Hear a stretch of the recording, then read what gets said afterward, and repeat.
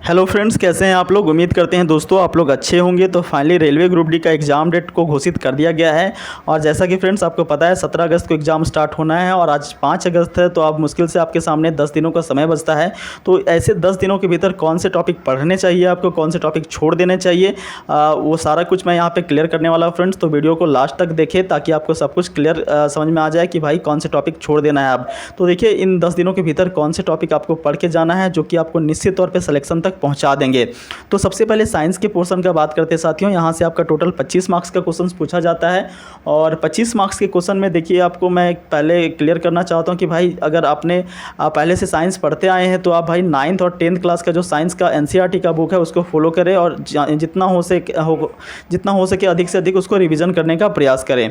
तो चैप्टर की बात कर लेते हैं सबसे पहले फिजिक्स के अंदर से। तो फिजिक्स के अंदर फ्रेंड्स आपको प्रकाश का परावर्तन, अपवर्तन, मानव नेत्र और साथ में प्रकाश का वर्ण विक्षेपण। तो देखिए परावर्तन अपवर्तन से जितनी भी घटनाएं होती है, जैसे बादलों का रंग सफ़ेद होना, सूर्योदय सूर्यास्त के समय सूर्य का रंग लाल दिखाई पड़ना, मानव नेत्र के अंदर पुतली का काम क्या है, परितारिका का काम क्या है, स्वच्छ मंडल यानी रेटिना का काम क्या है, ये सारी घटनाओं को आपको एक बार देख करके जाना है फ्रेंड्स। वहीं विद्युत की बात करें, इस चैप्टर से आपको मेनली न्यूमेरिकल पूछा जाता है, जिसमें से I बराबर Q/T, V बराबर W/Q, P equal to VI, P equal to V²R। तो ये सारे जितने भी फॉर्मूले फ्रेंड्स, इन फॉर्मूले पर जितना अधिक से अधिक हो सके आप न्यूमेरिकल का प्रयास कर लें, आपको यहाँ से क्वेश्चंस देखने को मिलेंगे। उसके बाद विद्युत धारा का चुंबकीय प्रभाव में आप ऑस्टर्ट का जो विद्युत धारा का चुंबकीय नियम था, उसके बाद माइकल फैराडे का, उसके बाद फ्रेंड्स फ्लेमिंग का दायां हाथ का रोल, फ्लेमिंग का बायां हाथ का रोल, इलेक्ट्रिक मोटर, इलेक्ट्रिक जनरेटर, ये सारे टॉपिक को आप कवर करके चले तो यहाँ से भी आपका काम बन जाएगा।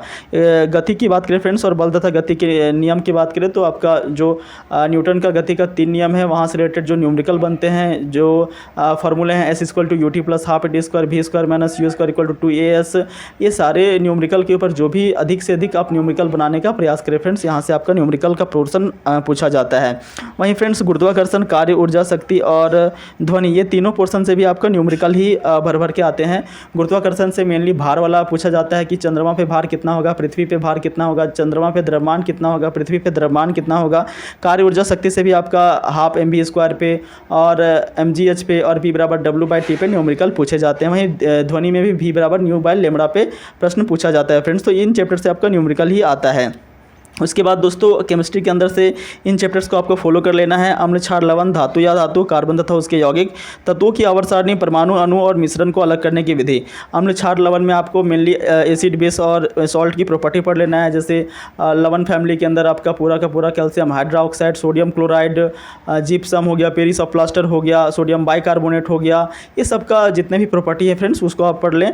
धातु या धातु के अंदर दोनों का जितनी भी प्रॉपर्टी है, दोनों में जितना अपवाद है, एक्सेप्शंस है, उसको भी आप पढ़ के आपको जाना है। कार्बन तथा उसके यौगिक में एल्केन, एल्कीन, एल्काइन पढ़ ले साथियों। उसके बाद तत्वों की आवर्त सारणी में जो चारों पीरियोडिक टेबल है, जैसे मेंडलीव का हो गया, मूसले का हो गया, आपका न्यूसलैंड का हो गया, डॉबे राइनर का हो गया, चारों का पीरियोडिक टेबल आपको एक बार के देख करके जाना है, ठीक है। परमाणु अणु के अंदर आपका डाल्टन का परमाणु सिद्धांत हो गया, रदरफोर्ड का परमाणु सिद्धांत हो गया, ठीक है। ये सबको आपको देख करके जाना है। साथ में यहाँ से मोल कंसेप्ट से भी क्वेश्चन पूछा जाता है, तो मोल कंसेप्ट को भी एक बार आप देख करके जाएँ। वहीं मिश्रण को अलग करने की विधि भी आप एक बार देख के जाएँ फ्रेंड्स, जैसे डिस्टिलेशन हो गया, आसवन हो गया, प्रभाजी आसवन हो गया, उदरोपातन हो गया, इन सभी को आप देख करके जाना है आपको, ठीक है। उसके बाद बायोलॉजी का पोर्शन की बात करते हैं दोस्तों। बायोलॉजी के अंदर आपको मेनली जो है वो इन 6 चैप्टर को पढ़ के जाना है। कोशिका हो गया, उत्तक हो गया, पादप एवं प्राणियों का वर्गीकरण, मानव शरीर के तंत्र, मानव मस्तिष्क और जैव विकास, ठीक है।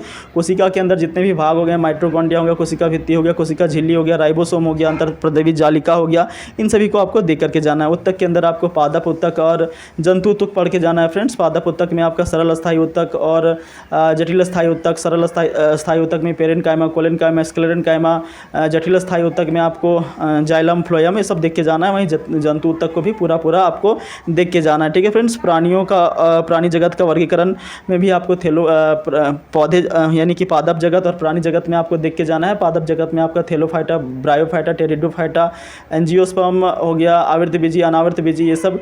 और वहीं फ्रेंड्स प्राणियों के अंदर भी आपको एक बार देख के जाना है पूरा का पूरा इसका वर्गीकरण, जैसे ऑर्थोपोडा हो गया, एनालिडा हो गया, इकाइनोडर्मेटा हो गया, ये सब का वर्गीकरण आप एक बार देख के जाएँ, इनके उदाहरण को एक बार समझ के जाएँ, ठीक है। यहाँ से प्रश्न पूछ लिए जाते हैं।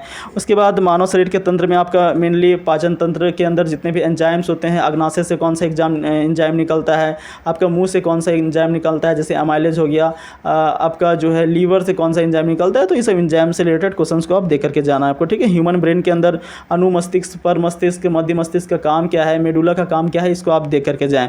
जैव विकास में समजात, समरूप और अवशेषीय अंक को देख ले। तो फ्रेंड्स ये साइंस का पोर्शन था, उम्मीद करते हैं ये चीज़ आपको समझ में आ गया होगा। आप देख लेते हैं साथियों आपका जो है वो रीजनिंग का पोर्शन। देखिए रीजनिंग बहुत बड़ा चैप्टर है, लेकिन सारा टॉपिक को आप देखिए 10 दिनों के भीतर सब कुछ पढ़ पाना तो पॉसिबल नहीं है फ्रेंड्स। तो ऐसी स्थिति में कौन से टॉपिक पढ़ें जहाँ से अधिक क्वेश्चंस पूछे जाते हैं। तो देखिए जितना हो सके साथियों इन 8 या 9 चैप्टर जो मैंने बताए हैं आपको कवर करके जाना है। जैसे कोडिंग डिकोडिंग हो गया, जितना आप रिवीजन कर पाएँ इसको, सभी टाइप को, ठीक है।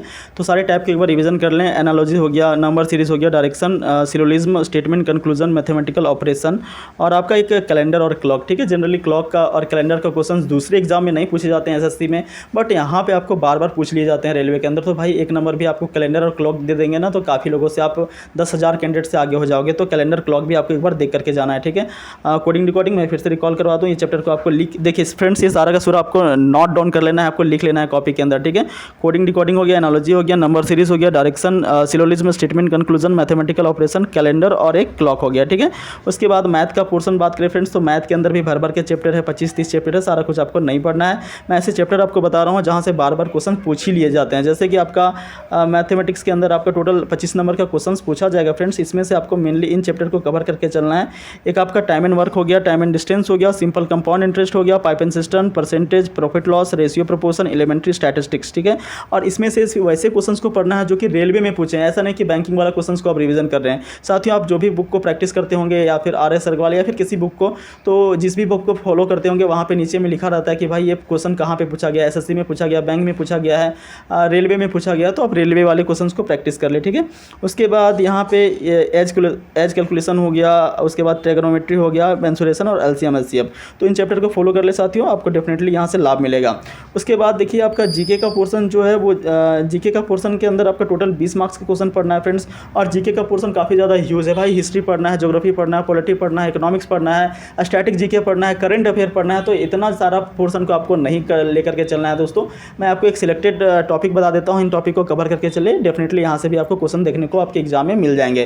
तो सबसे पहले बात करते हैं हिस्ट्री का पोर्शन से। तो सिंधु घाटी सभ्यता पढ़ लें आप, कांग्रेस के प्रमुख अधिवेशन पढ़ लें, राष्ट्रीय आंदोलन में गठित प्रमुख संगठन पढ़ लें कि कौन कौन सा संगठन जो है वो राष्ट्रीय आंदोलन के अंदर गठित किया गया था। उसके बाद भारत की प्रमुख नदियां पढ़ लें और साथ में सहायक नदियाँ, जैसे कि ब्रह्मपुत्र हो गया, गंगा हो गया, गोदावरी हो गया, नर्मदा हो गया, कृष्णा हो गया, कावेरी हो गया, सिंधु हो गया। इन सारी नदियों को सहायक नदियों ये नदियाँ और साथ में इनकी सहायक नदियों को भी पढ़ लें, ठीक है।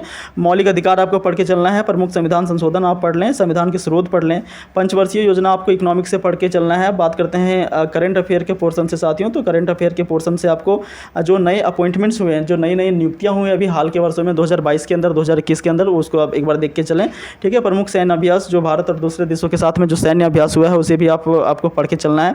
जो नवीनतम सूचकांक जारी हुआ फ्रेंड्स, रैंकिंग भ्रष्टाचार के अंदर, प्रेस स्वतंत्रता के अंदर, वो सारा रैंक को आप एक बार पढ़ लेना है, ठीक है। नवीनतम पुस्तकें और साथ में जो ओल्ड पुस्तकें हैं, जो पहले की पुस्तकें हैं, प्राचीन पुस्तकें, उसको भी कवर करके चलना है। खेल पुरस्कार को आपको देख के चलना है। तो फ्रेंड्स ऐसे टॉपिक्स थे जहाँ से कई बार रेलवे के ग्रुप डी के एग्जाम में भर के क्वेश्चन पूछे हैं और ऐसी संभावना है कि इस बार भी पूछे ही जाएंगे। तो फ्रेंड्स इन टॉपिक को आपको नोट डाउन कर लेना है अपने कॉपी के अंदर और इनको इन 10 दिनों के भीतर कवर कर लेना है किसी भी हालत में।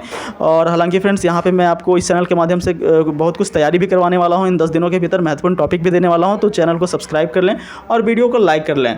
मिलते हैं फ्रेंड्स नेक्स्ट वीडियो में एक नए अपडेट के साथ, तब तक के लिए नमस्कार।